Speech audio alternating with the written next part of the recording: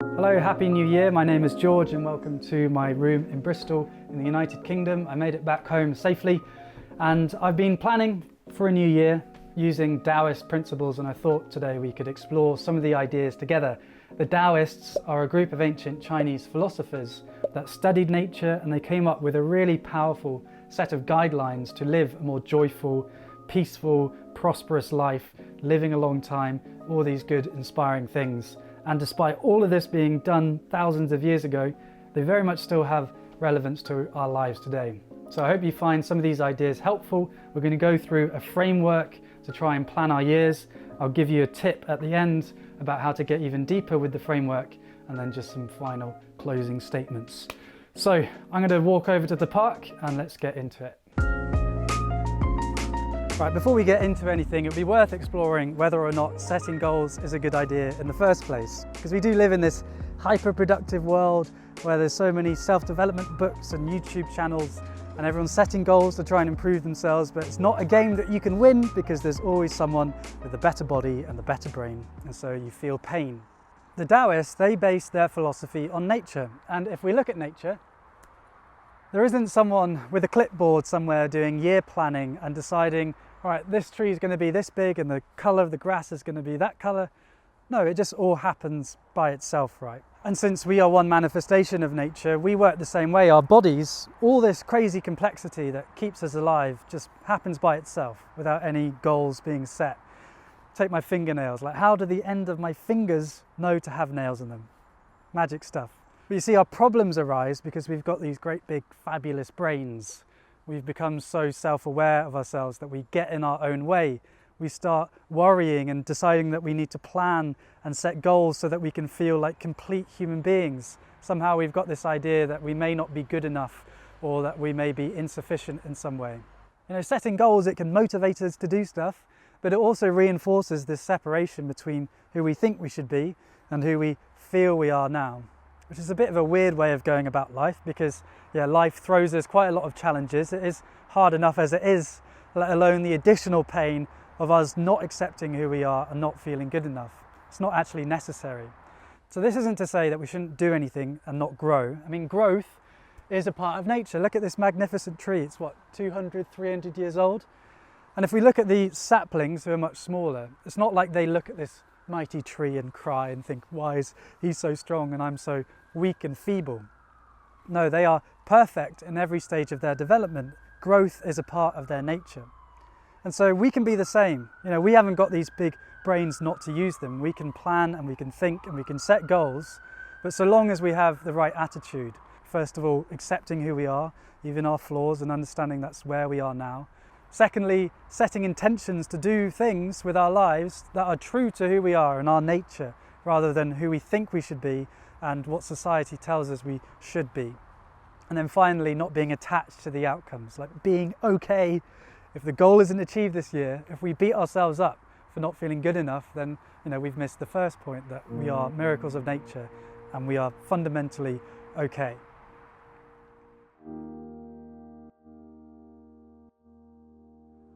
So this all begs the question, what are the sort of goals that can help us grow in keeping with our nature? I mean, our physical growth was done for us, going from a child to an adult, but other types of growth, it's harder to know what the goals are. So if you keep plants, or you know someone who does, you'll know that some of them like being by the window with more sunlight, some like having more water, some like having less. And since us human beings are complex, we have different needs and different things that can help us flourish, and we all need to find out these things for ourselves.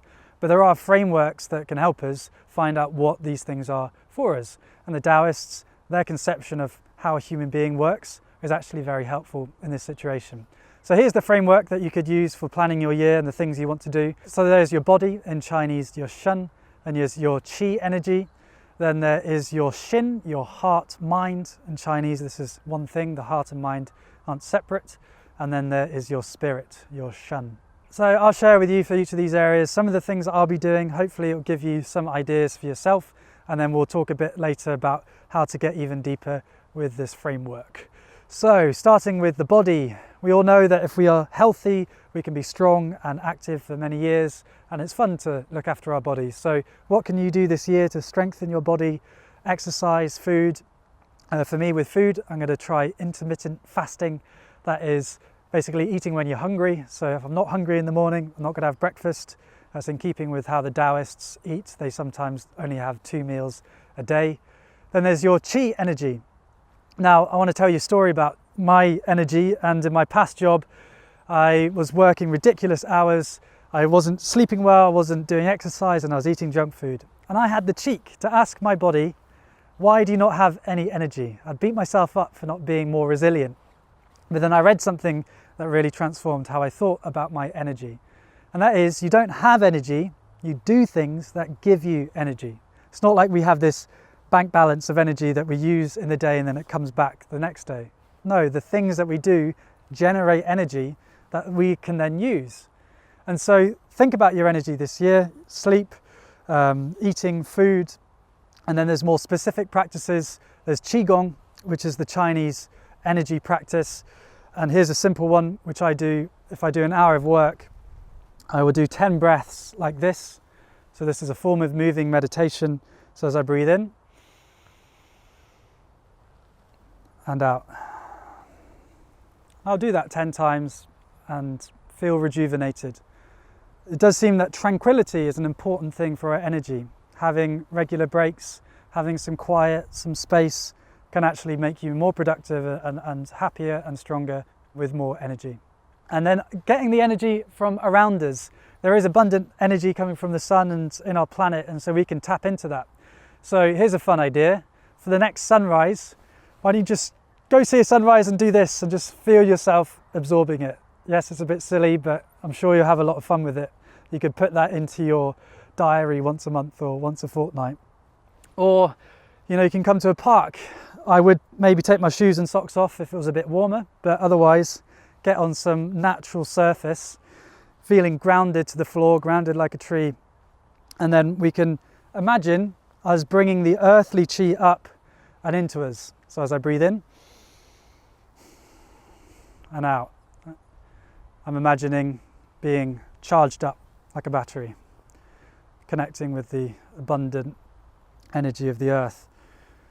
Now we can just think about this as a metaphor, literally it's up to you, but it definitely makes me feel rejuvenated. So there are some ideas to benefit your chi. And then there is your shin, your heart mind.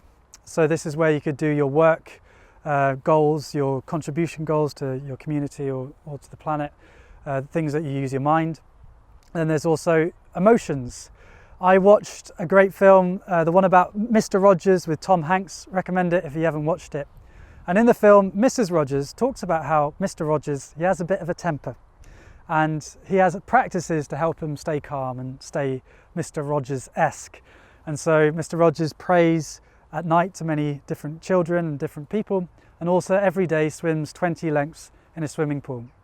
And he says whenever he comes out, he feels totally rejuvenated and that stress has left him.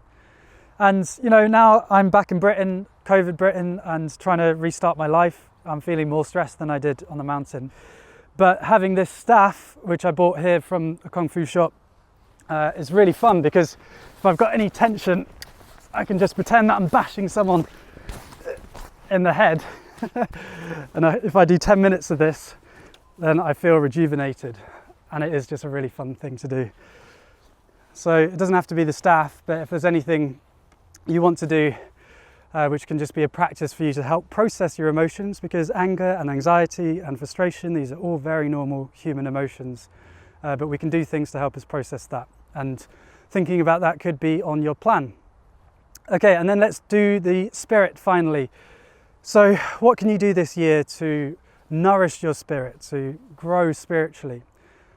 In my experience, the things that I feel help my spiritual growth, the things that I do for their own sake without any sort of external reward. So this, I don't have any particular plan with this except from just to enjoy it. And I love that. Music and dance, playing instruments, these are all things that you can do in their own right. That's your own creative expression of your soul. So those are the 4 areas, and I'm back in the warm, but I want to share with you one last idea to help you get a bit deeper with all of this. And this actually comes from the wonderful Ailey. I was explaining to him all the things I'd like to do for my Jing, Qi, Shin, Shan. And he said to me, George, are the things that you're not going to do.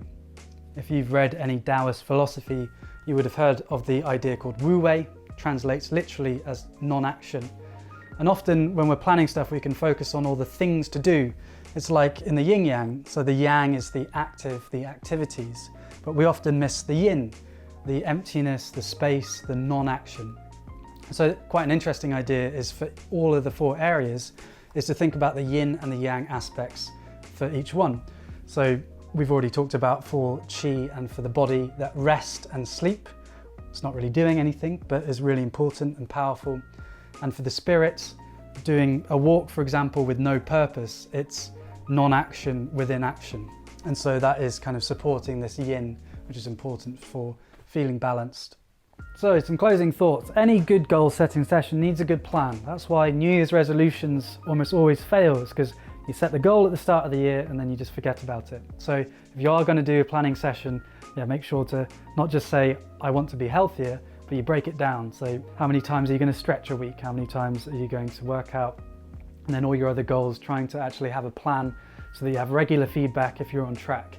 That's really important. So I know that I've talked a lot in this video, but I'd like to close with one thought, and that is, I'm back in COVID Britain, and I will share my thoughts on being back more as the videos go on, but I know it's been a tough year for so many of you. I've been sheltered from a lot of it, being in China on the mountain, talking to friends and family. I feel that they are carrying this burden of handling the pandemic. And we've got big challenges ahead, the pandemic, climate change, working out how to have 8 to 10 billion human beings cohabiting peacefully and prosperously on this planet. But I think through all of these challenges, we can give ourselves permission to try and enjoy life. If the world needs more love and compassion, then us being miserable isn't going to be helping. And I do feel that you and I, we're part of this new movement to create a new way of living, one that doesn't rely on exploitation or extraction. And that's exciting. And I do think that we need to embody what this world could be like. And so you doing the work that you're doing, planning a good year and loving yourself and putting time to look after yourself, you absolutely deserve that. I don't think that is something that you should feel is extra or too much to ask. Keep smiling, keep laughing, and I'm wishing you a very prosperous new year. Speak to you soon.